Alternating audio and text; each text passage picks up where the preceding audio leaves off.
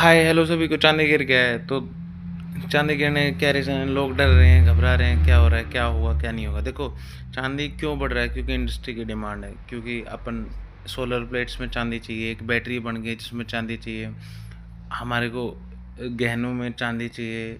जो data centre है, जो बड़े बड़े डाटा सेंटर मतलब जो आपकी जीमेल है, जो आपकी यूट्यूब है, जो आप डाउनलोड करके रखते हो, वो कहाँ स्टोर होते हैं? वो डाटा सेंटर में स्टोर होते हैं। और डाटा सेंटर की डिमांड बहुत बढ़ रही है। मान लो हमारे देश का डाटा दूसरे देश में हो, तो वो मैनिपुलेट कर सकते हैं। बैंकिंग का डाटा कि किस आदमी के पास कितने पैसे हैं, इंश्योरेंस का डाटा, स्पेंडिंग का डाटा।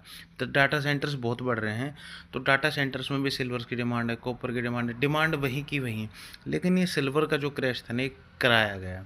ये क्या हुआ? जो पेपर करेंसी होती है ना, जो बोलते हैं अपन एफ एंड ओ में जो बड़े प्लेयर्स थे, उन्होंने जानबूझ के मार्जिन कॉल बढ़ा के, मार्जिन कॉल मतलब मान लो आप 1 लाख का 3 लाख का सिल्वर है, और आपने जो है जो पेपर में है, आप 1 लाख से 3 लाख का सिल्वर खरीद सकते हो। फिर उस पर शॉर्ट या लॉन्ग पोजीशन लेते हैं। तो बहुत सारे लोग जो है इस चक्कर में लॉन्ग पोजीशन बनाए थे कि अच्छा प्रॉफिट होगा, प्रॉफिट होगा, प्रॉफिट होगा। लेकिन जेपी मॉर्गन ने जानबूझ कर मार्जिन कॉल बढ़ा दी। मतलब कि आपको अगर 1 लाख का सिल्वर रखना है, उसके लिए पहले आपके अकाउंट में मान लो 10,000 रुपये चाहिए थे, 20,000 रुपये थे, अब आपको 30 या 40 हज़ार रुपये चाहिए। लोगों के पास थे नहीं, तो वो बिक गए तो वो प्राइस एक का बिका, फिर दूसरे का बिका, फिर तीसरे का बिका। तो ऐसे ऐसे करके सिल्वर में क्रैश किया गया।